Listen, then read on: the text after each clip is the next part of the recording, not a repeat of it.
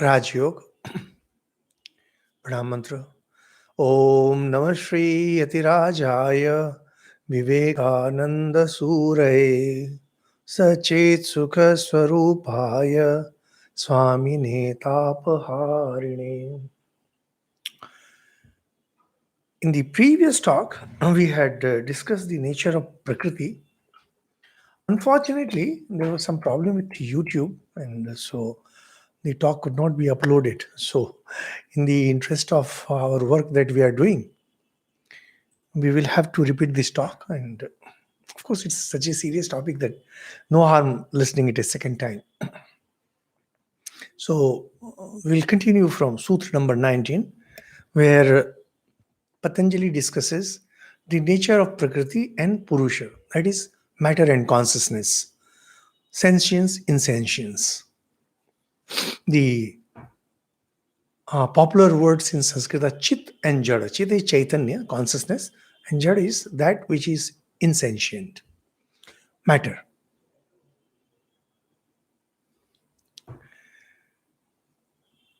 Let's never forget the goal of Raj Yoga, which is Mukti. The one and only purpose of every system of philosophy in Hinduism is to liberate a person. You need to get out of this. Even when a person is asking for bhakti, that is devotion of God, essentially that person, he or she, wants mukti.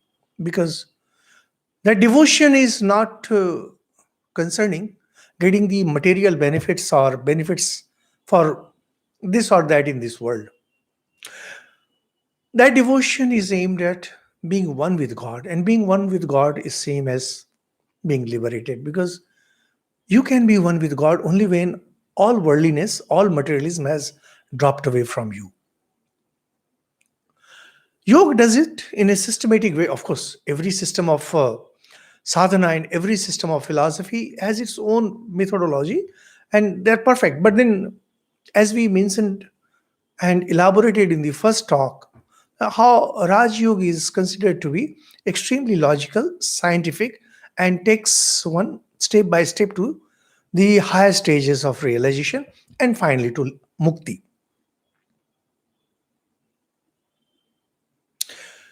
Although yoga focuses a lot on techniques and we call it a scientific methodology, at a more fundamental level, Raj Yoga is extremely similar to Vedanta.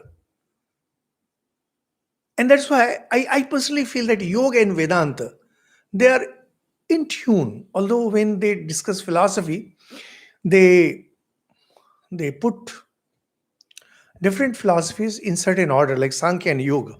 However, I believe that Yoga and Vedanta, they complement each other, because the practices of yoga have been taken up by Vedanta, and the ultimate philosophy of Vedanta makes the understanding of yoga much easy. In Vedanta, those of you who have some idea about Vedanta, they continuously talk about knowledge, Atma Gyan, self-knowledge, self-knowledge, self-knowledge. Why? Because to outgrow something, if you want to outgrow something, you need to know its nature. Long back when I was young, I remember once I was having some physical problems, and the doctors had some difficulty finding out what the problem was. And finally, when the diagnosis was made, so someone commented that, well, now treatment is very simple. If the diagnosis can be done, what exactly is the problem? You know that the bigger part of the problem, bigger part of the war is already over. The treatment, the medication, that itself is not a major problem. For example, right now we are battling COVID. The biggest problem with COVID and Corona is we don't know what exactly it is. In last 1 year, the kind of prophecies and wise things that are coming, from the medical fraternity all over the world is we really can't comment on anything. It's pathetic because people don't know. Once they know what exactly this problem is, finding a solution will not be very difficult.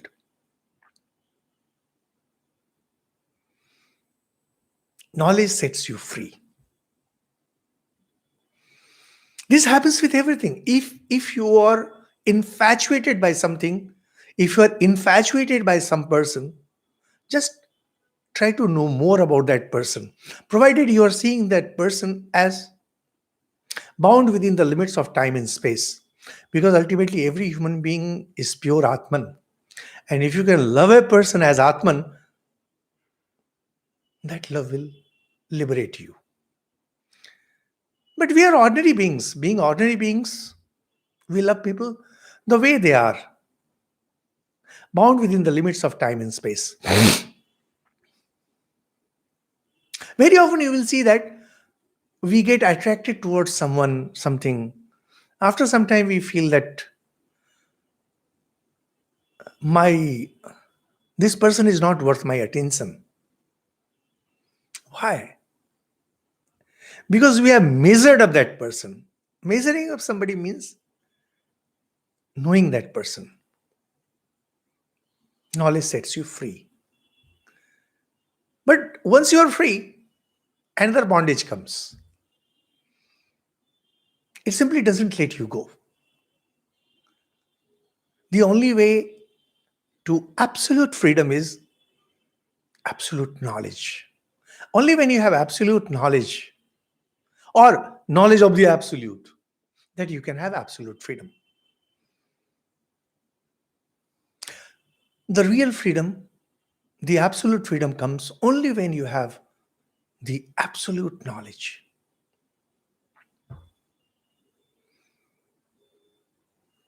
Knowledge sets you free.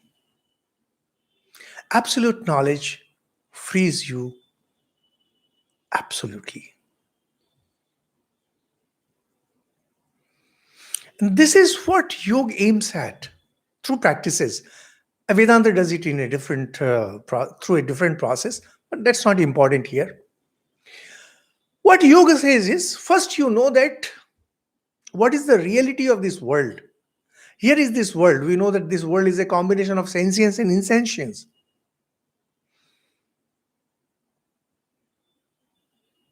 Descartes, he was a French famous philosopher, German philosopher. He had very famously said, ergo cogito sum. I know, therefore I exist. What is the proof that you exist? That you know. Now, if you go on questioning, what is the proof that you know? Well, I know that's. If you think I am under illusion, if you think I am deluded, perfectly all right. I can tell the same thing about you, that you are deluded, that I don't know. There is no end to such arguments. The fact remains, I know, therefore I exist. Finish. Whatever that form of existence, I know, therefore I exist.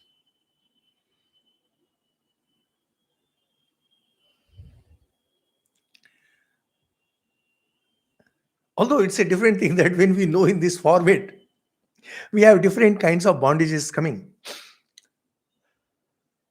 Yoga says that once you know that where from this sense of freedom comes and this sense of bondage also comes, you will have known theoretically about your problem. And once you know theoretically and fully well what your problem is, then you can put yourself to solving that problem.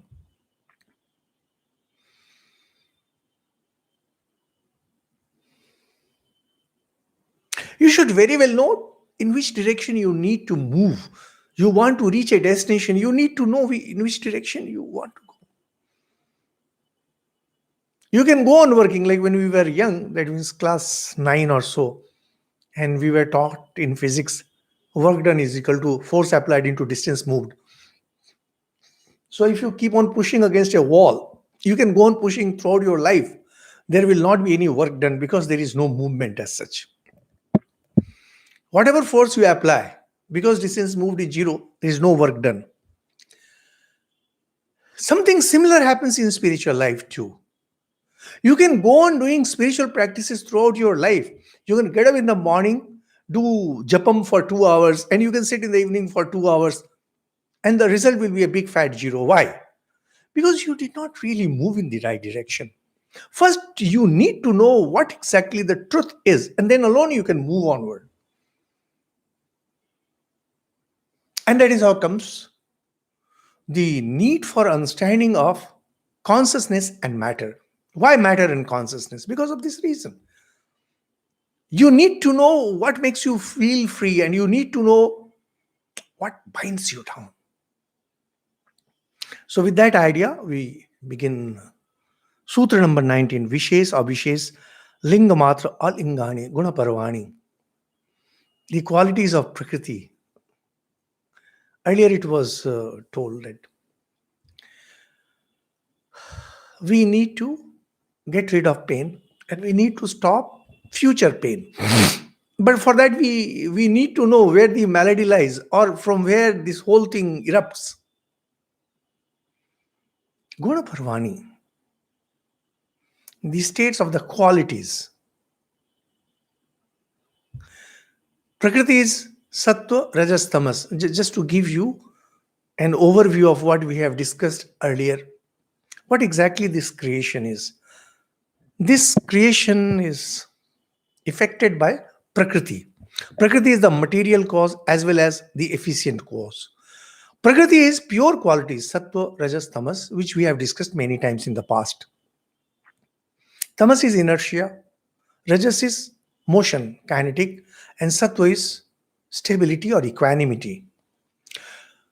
When there is no creation, these three stay in a perfect balance. And whenever there is creation, they go into a disturbance mode.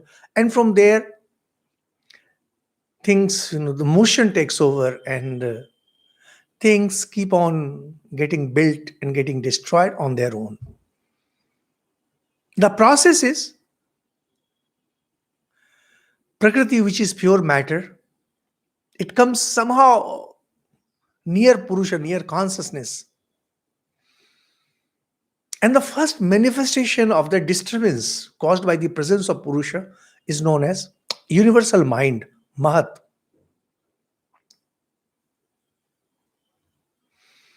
We all are part of that universal mind. Our mind is limited, extremely limited.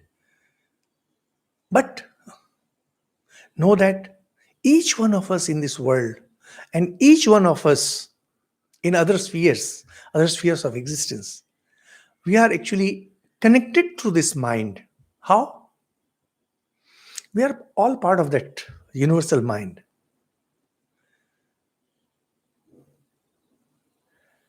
Think of, to give you a very simple analogy, think of being in, say, North Pole or South Pole. It's all covered with snow, snow, snow, snow, snow. Imagine a situation where hundreds or thousands of those snow or ice that is deposited there. You drill hole in that and make them like glasses. So you have thousands of ice glasses there, each filled with water. And that iceberg or whatever it is floating in water. Now, water of one glass cannot interact with the water of another glass. Just not possible when there is a barrier. But if it can somehow break its own barrier, that is ground below, and go down, it will become one with the huge ocean. Now it will be master of all the minds. From there, it can reach any of those minds. It can easily go. Now it's no problem. Something similar happens when a person performs rigorous spiritual practices. You get the power to transcend your mind and be one with the universal mind. And through that universal mind, you can reach any of these minds. As we mentioned, Prakriti is in constant motion. It never stops. Till there is creation, this motion, this continues.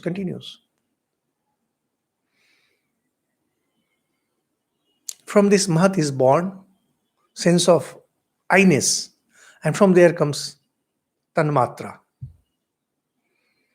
We will discuss again. Tanmatra are the finest particles. They are 5 in number. And from there, the gross elements are born. So we have gross elements. We have the finer elements. We have discussed these things in detail in second, third talks. And then there is the universal mind, and there is Prakriti, the nature itself. Now, our Patanjali, he is explaining these things.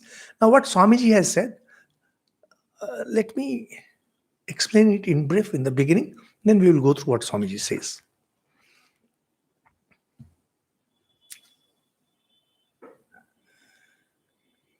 As far as this gross world is concerned, those of you who have some idea about chemistry or physical chemistry particularly, you'll know that there are many elements, 110 or 112 elements. And these elements follow certain norms of periodic table, etc., and something to do with their atomic structure, depending on the number of protons, electrons, etc. They are classified differently. Sankhya Darshan, which is the mother of yoga philosophy, and for that matter, all these philosophical systems of Hinduism, they don't go by those things. They of course, they knew that we have so many different kinds of matter here in this world. But they say that whatever your number of elements, whatever the type of objects, and whatever be there in this universe, it is immaterial to me. When I take any of these matters, any of these state of matter, I will be using the 5 sense organs. There is no other way that I can know it.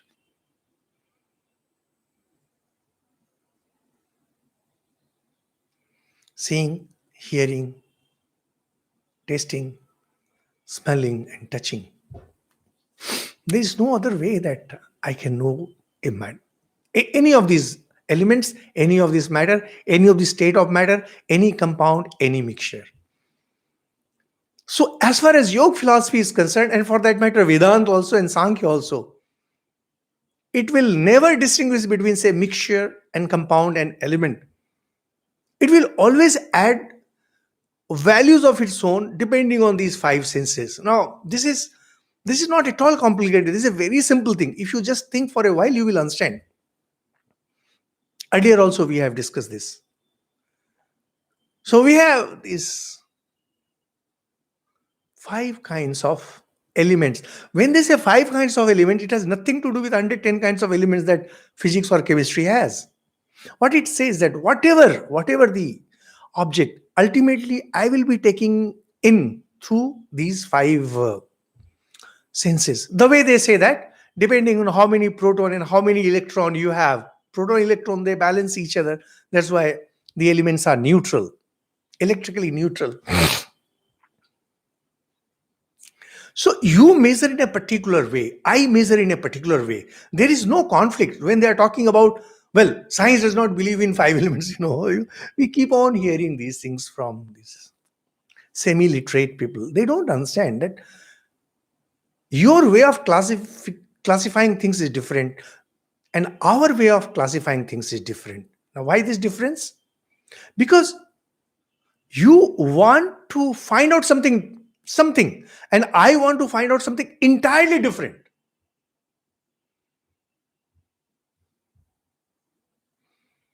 Here is this pen. A scientist will want to know, well, what is the quality of ink that it has, and what it is composed of, and things like that, and what will be the color of writing, etc. For me, pen has some pragmatic value. There it ends. As far as yoga practices are concerned, pen as an instrument of writing has no role. The role of pen boils down to a very simple thing. This is an object which is composed of five fundamental elements. And I need to rip off this external cover of this elemental nature and reach the fundamentals, which are known as tanmatras. And tanmatras are also five, just that those five combine in a particular way to give birth to those five gross elements. A tanmatra plays a very important role in Indian religion, Indian philosophical system, Indian social system, and Indian thought process. When we talk about Indian culture, when we talk about Indian civilization, please keep it in mind that tanmatras play a very, very, very important role. Many of you might have heard that Hindus in general, mind it, the term is in general, are vegetarians. And many people nowadays are trying to popularize vegetarian culture, vegan culture.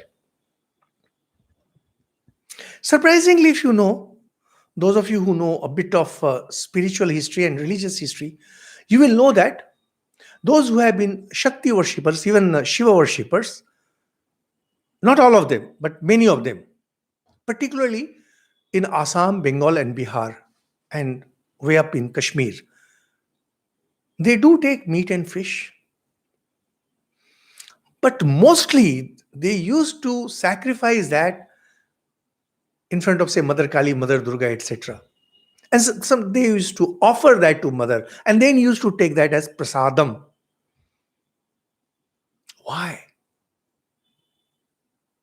Because killing is a vicious act. Killing and killing for food is even if it's killing for food, it's a vicious act. So what about killing for sacrifice?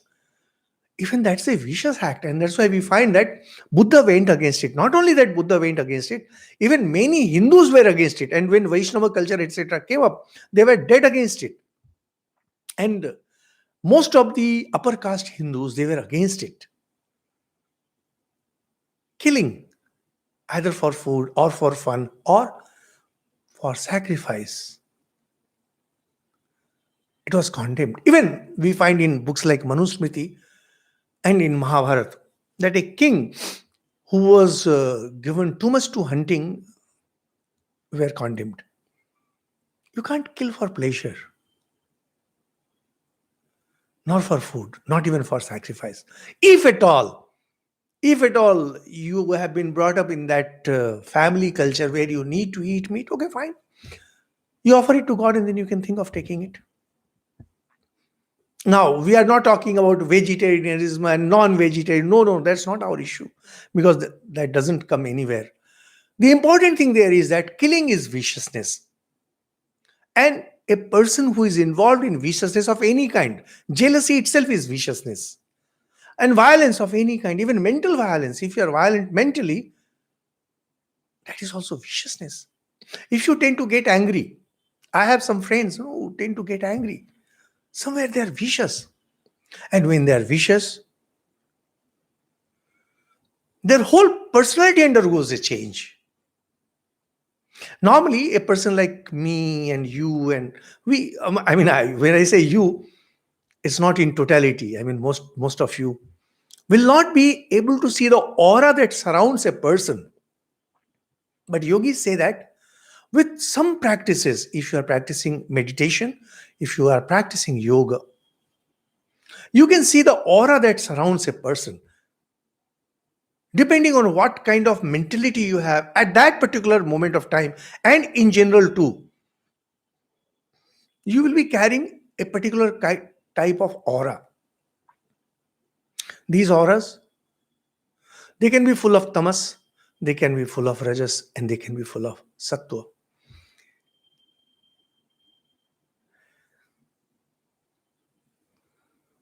Try meditating for some days. Try meditating maybe for 3 months, morning and evening, 1 hour each. Your face will change. I don't know about yogic powers. I really don't know. There might be. Some of you might be having. Some of you might be having visions. I never had any vision. I'm not even interested in them. I'm interested in personality. I am interested in making my personality grow. I'm interested in making the personality of others who come in contact with me grow. Your face is a very important indicator of the kind of personality you have. We cannot see the tanmatras, but we can look at your face.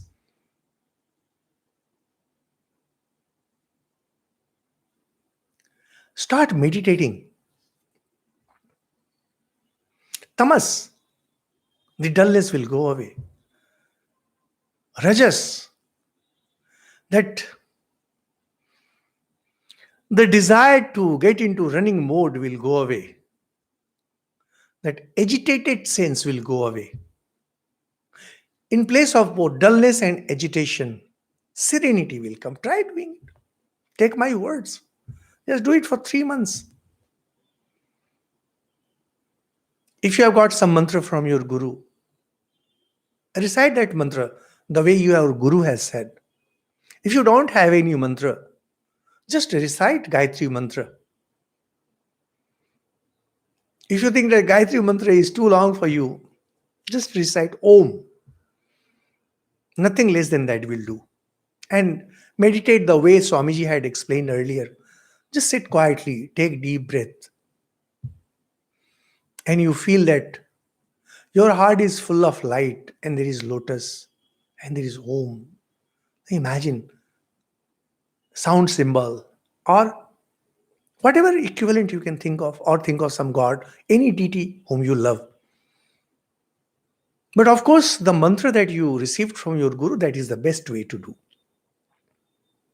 Do it for 3 months. And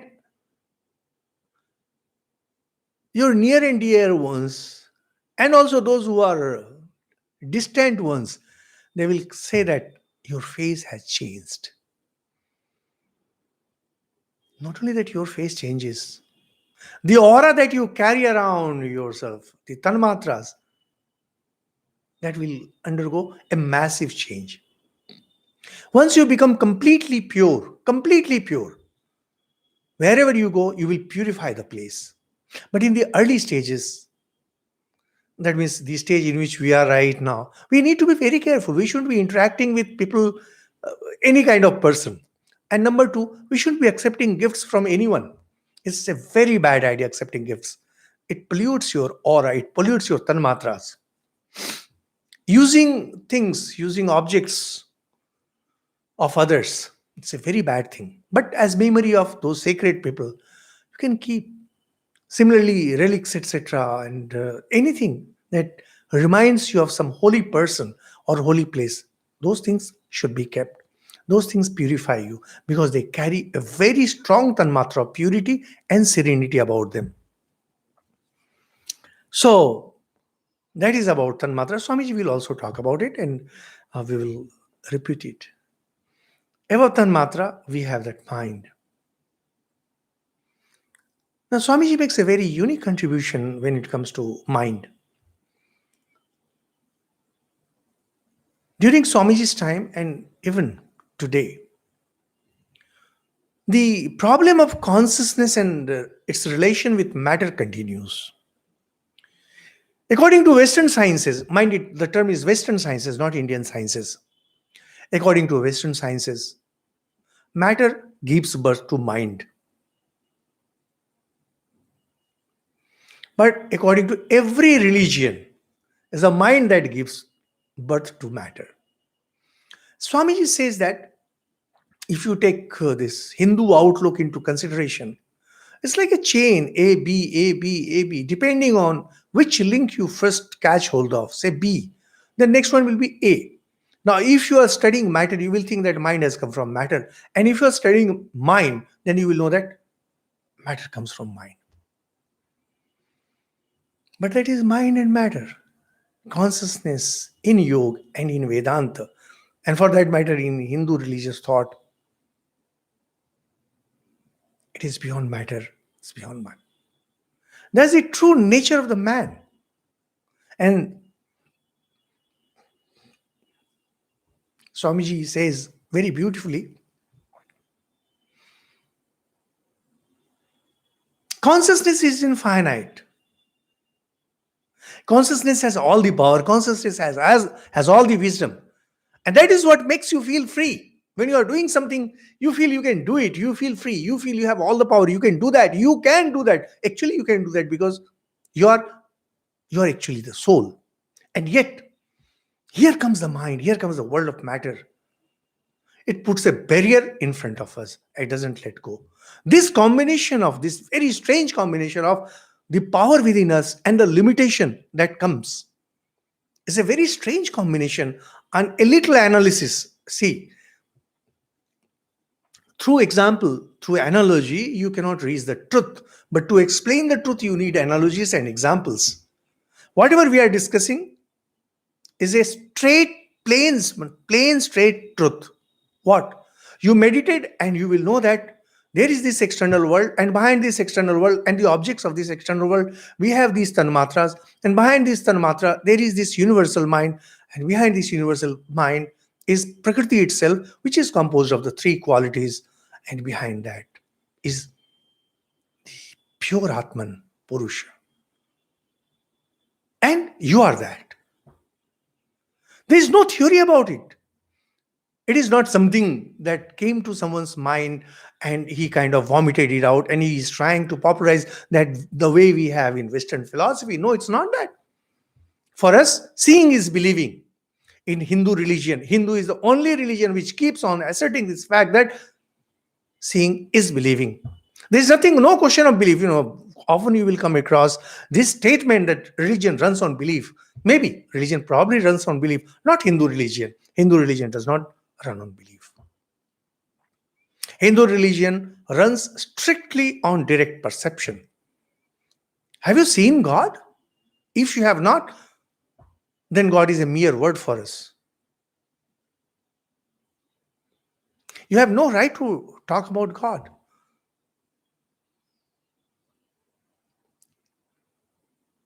Have you experienced Atman? If not, then Atman is not a reality, it is just a word for you. So you will ask, then why you are Samarpanananda discussing all this?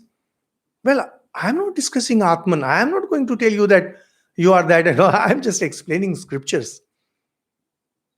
And that's how a sadhu lives, a monk lives, by explaining scriptures.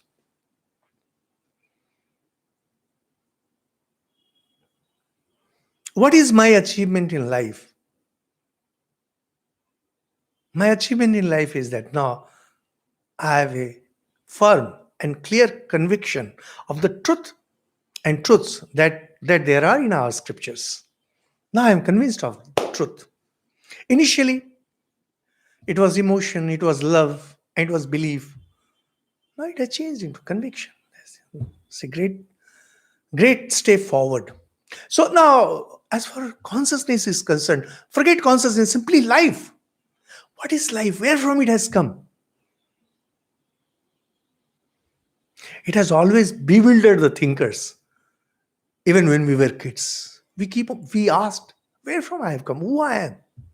When we grow up, we continue to ask. Philosophers ask this question. Scientists ask this question. And sages ask this question. The answer does not lie outside. The answer lies inside. The answer lies within.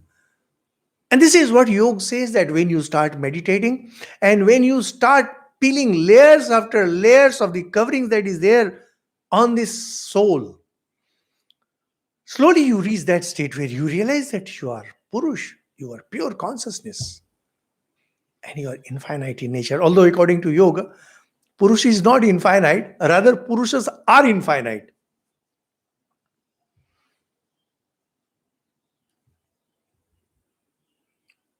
So how about mind being the soul, as the Western scientists have us believe? Yoga does not accept that. Even Vedanta does not accept that. Why? Because they say that we all know that how mind keeps on growing. As kids, our mind was of a different level. As we have grown up, our minds have evolved. So it's not changeless, it's changeable. And the dangerous thing is, mind has different moods and mind has different modes.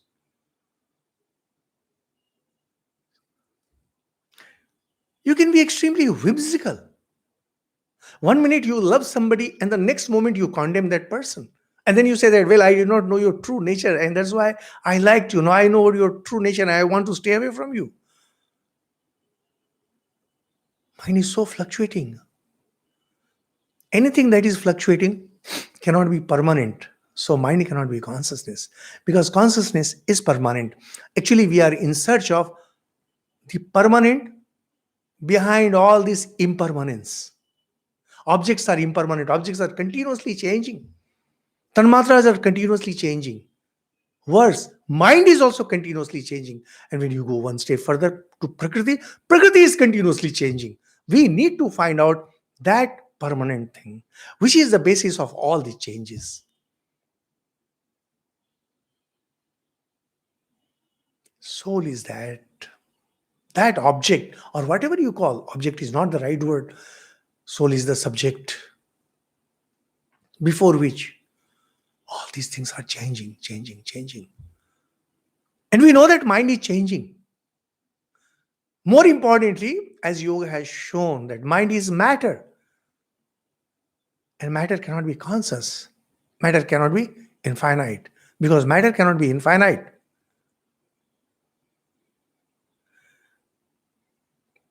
Mind cannot know itself. We have, if you go back and listen to our second or third talk, where we have discussed the nature of mind, there we have mentioned it is beyond the powers of the mind to know itself. It is beyond the power of the mind to know even the mind. Because we know a thing through its fundamentals. Fundamentals help us understand the complex. Mind is more fundamental than matter, and that is why mind is able to know matter. But mind being fundamental, mind cannot know itself. And mind cannot know other mind, because that mind is fundamental. More importantly, we can never know higher minds. Some time ago, there is this platform, Quora, where they have question answer. So initially, I thought that is a platform for intellectuals and intelligent people. Now I find that lots of dirty things come there, and extremely juvenile. So one person had written that, do you think Swami Vivekananda is overrated? Uh, that was a question that demanded an answer. And I wrote that whether he's overrated or underrated, first you need to judge his mind. But are we really competent enough? Are we superior to him that we can judge? See, in recent times, America, which has been exporting lots of things to the world, and believe me, practically everything that America exports is dirty. Yesterday, I mean, whatever is today's date, today's, I think, 20th Feb. The director of Indian Institute of Management, Kolkata, was here, Mrs. Seth. Nice lady, very. And she has stayed most of her life in America. She was with me for an hour or so. She had come here for something, and we bumped against each other. We had a very hearty talk, and then she wanted me to come to IIM and deliver talks on values. I said, no way. I am not going to IIM to teach values, because who can teach values to IIM people? And she was horrified. Why, Swamiji? Why you are talking like this? I said, you teach them how to make money. Your whole and sole purpose is to teach them how to cheat others, how to make money. You expect them to learn values from us? In executive MBA, I used to teach long ago, that was in 2009, 10, etc., at IIM Indore. In those days, the annual fees was 15 lakhs a year. And most boys used to take loan. So once they are out of the campus, they get a degree. Their first worry would be how to earn as much to at least repay the loan of the bank. And you really think that they will learn values? She was very upset. And then I said, this is what America has exported to the world. Education in India was always free. And there was a particular caste assigned to do this job, Brahmins. See, they might have been failure, they might have been successful. The fact is, for 7,000-8,000 years, Brahmins did not charge anything for teaching. One community, whatever that community, has to sacrifice itself for the society to survive. And nobody is today in India, nobody is willing to sacrifice. Just look around, and monks, fortunately not in Ramakrishna Mission, but outside, most of the monks, not everyone, they are rolling in wealth. And you really think that they can teach renunciation to common man? No, it's not possible. They're moving around in expensive cars and they're surrounded by beauties. You really think they can teach renunciation? No, it's not possible. Now, one of these things that America has exported is rating their teachers. Now, I did not know about this. When I heard about this at IIM, I was horrified. Now, how can a student rate a teacher? The basic thing, Shraddha. Teacher may be good, teacher may be bad. A teacher has been judged by the persons who have appointed him. It is for the director of the institute, the principal of the institute, to judge the capability of the teacher. Otherwise, there will be complaints. But every year and after every class, you are rating a teacher. What kind of education you are imparting? When you have these young people today shouting against the government and saying that it's free speech, and it's all result of this system. You are ruining everything, partly knowingly, partly unknowingly.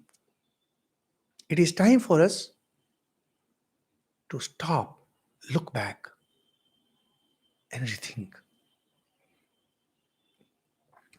This cannot do good to any society, forget India.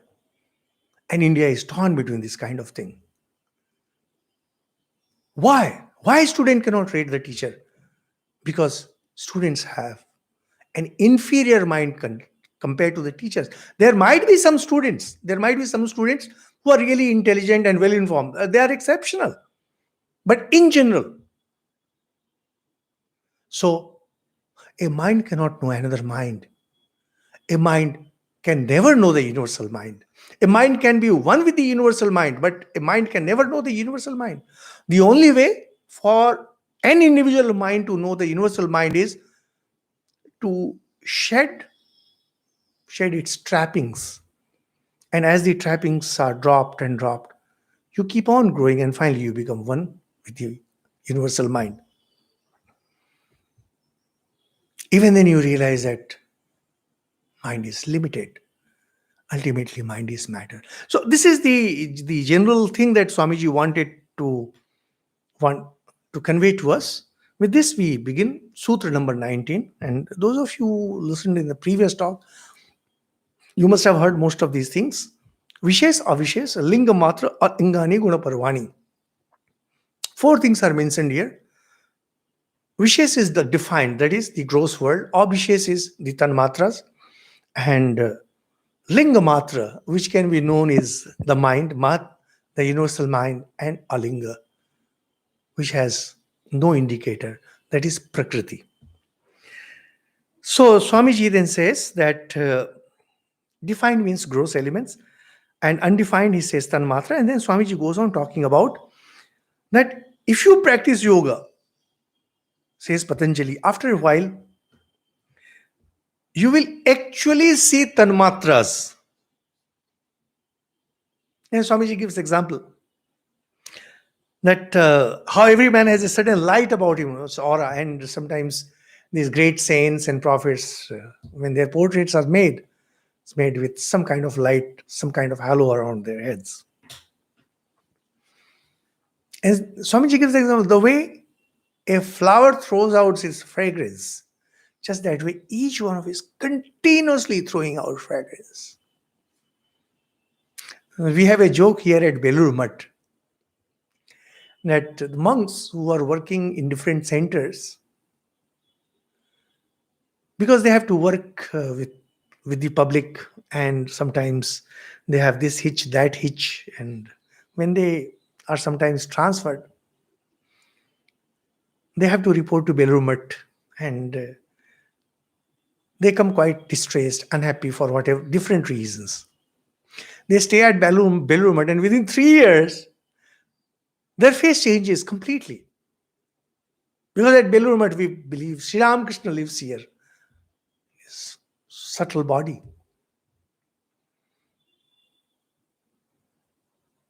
And in the temple of Belrumat, hundreds of monks meditate both morning and evening. The vibrations of the Belrumat temple is full of spirituality and purity. You sit there and you feel uplifted.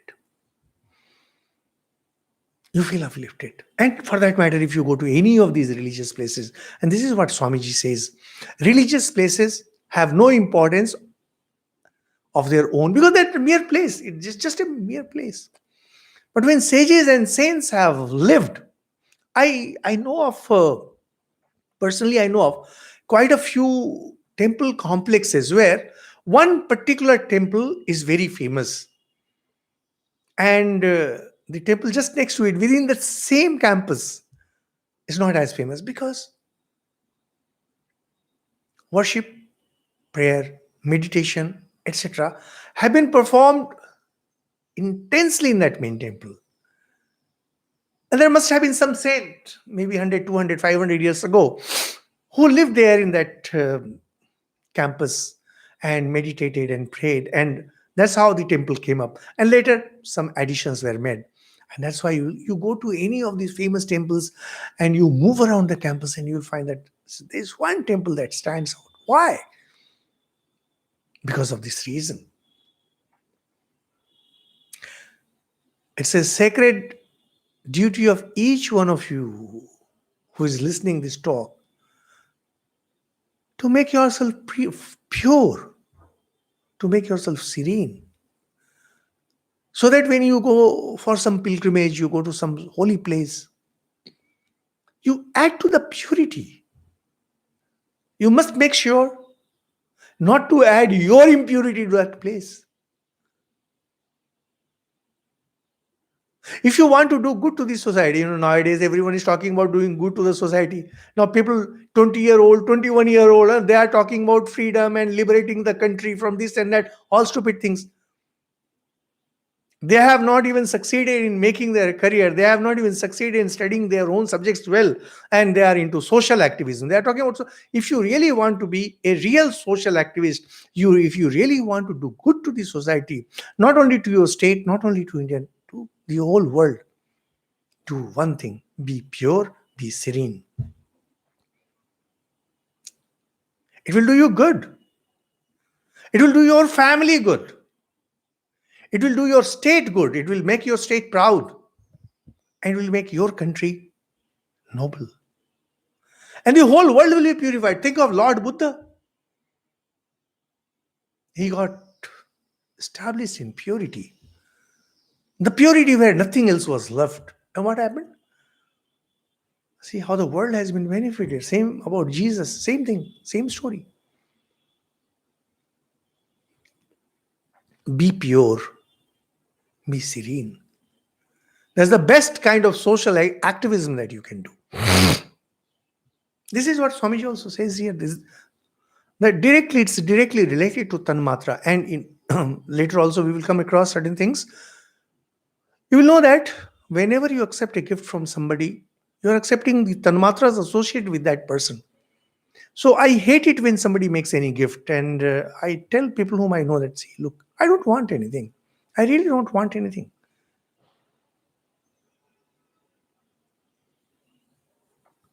Most monks I know, nearly all of them, they don't accept gifts. They accept gifts only from persons whom they know very, very well, with whom they have a clear connect. Unless there is a clear connect, they will not accept. Because the a give and take of Tanmatras is already there. And from Tanmatra comes Buddhi, that is Mahat, the intelligence. And Swamiji says that both the religious and scientific statements, though seemingly directly opposed, that is AB, matter producing mind and mind producing matter, apparently they seem to be opposing each other. But if you think that it's like a chain, and depending on which link you hold on to, the next link will be the opposite of it. So,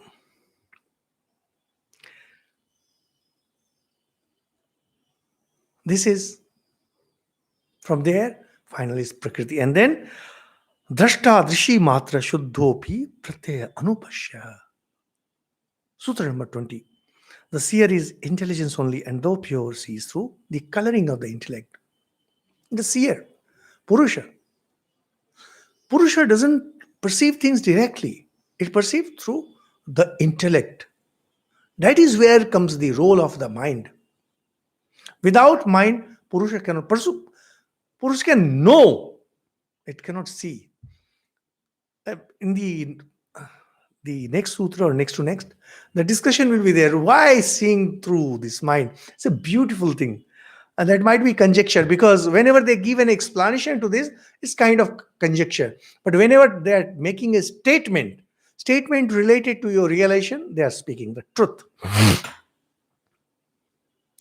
So I feel happy. Why do I feel happy? Soul is beyond happiness. Soul is beyond misery. I feel happy. I feel miserable because the mind is in that state. Mind is continuously changing. It is never steady. Unsteadiness is mind. A completely serene mind, a completely pure mind is the luxury of the saints. Common men cannot have that.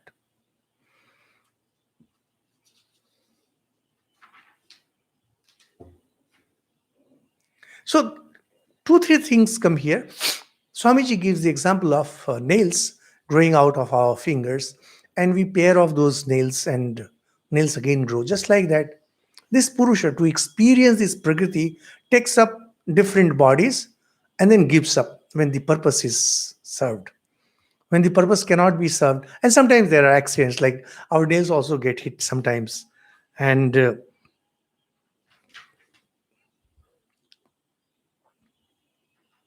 whatever the emotion that Purusha might be experiencing, that experience is never a direct experience. It's not a life-changing experience for Purusha. The example they use is crystal and a flower kept in front of it. Depending on the color of the flower, the color of the crystal appears to have changed, but actually doesn't change. And then Swamiji says, intelligence cannot be immortal because it changes. Intelligence, that is buddhi, intelligence. This cannot be soul. And this is where Western science makes a mess of things. According to them, intelligence coupled with emotions is consciousness. No, consciousness is far beyond it for us. And what is the proof of it? There, it cannot be proved. We can prove why intelligence and emotions do not form consciousness. But we cannot prove that soul is consciousness, soul alone is truth. Why? Because soul is beyond mind. You can know something through a more fundamental thing. Soul being the most fundamental thing, there is no way to know it. So mind can never know the soul, because mind is far extremely gross compared to the soul. Soul can know the mind, mind can never know the soul. Now, when we are discussing something, when we are trying to prove something, when we are trying to disprove something, we are within the realms of the mind. And because we are within the realms of mind, we can never know the soul. Pure consciousness is beyond mind. Pure consciousness is not mere intelligence, nor it is emotions, nor it is a combination of everything, every function of intelligence, emotion, etc. Consciousness is in its own majesty. It's pure, it's serene, it's infinite. It experiences through the mind, but it's not mind. For a common man, it appears as if these are same, but these are not same. And then Swamiji gives the example of The sense that we have all the time that we are free and we also feel that we are bound, it's because in essence we are Purusha. In essence, we are indeed infinite. We have all the power, we have all the intelligence. We think we can do it. I am reminded of one professor who he was in Bangalore, I think, or Mysore. He was teaching, and someone says doctor. It was Dr. Radhakrishnan. I'm not sure. So when the trains in earlier times used to go from Bangalore to Mysore, this Mysore is slightly up or pretty up, and there used to be steam engines, and it used to go on making sound jig jig jig jig jig jig jig jig, correct? And when it used to reach near Mysore, it would become slow down, juk juk.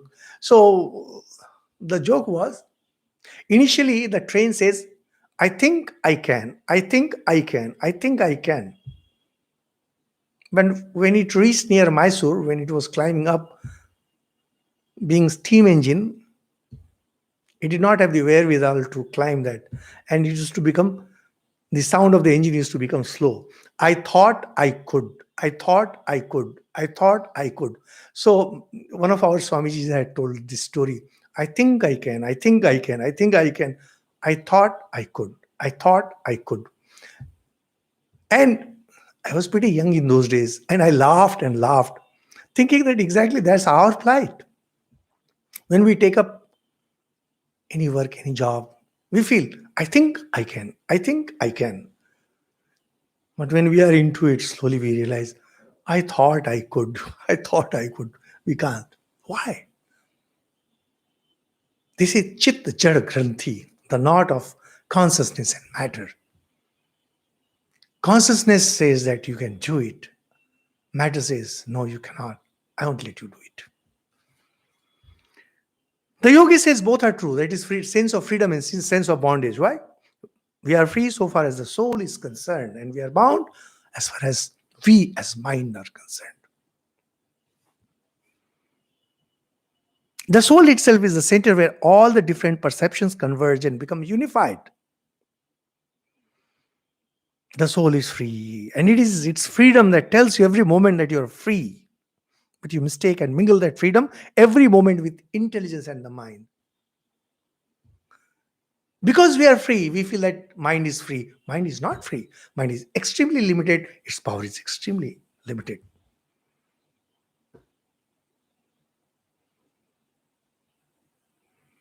The yogi analyzes both what is free and what is bound. Here comes, when we started this talk, we mentioned that knowledge frees. Absolute knowledge frees you absolutely, completely, fully. For that, you don't have to study. You only need to analyze.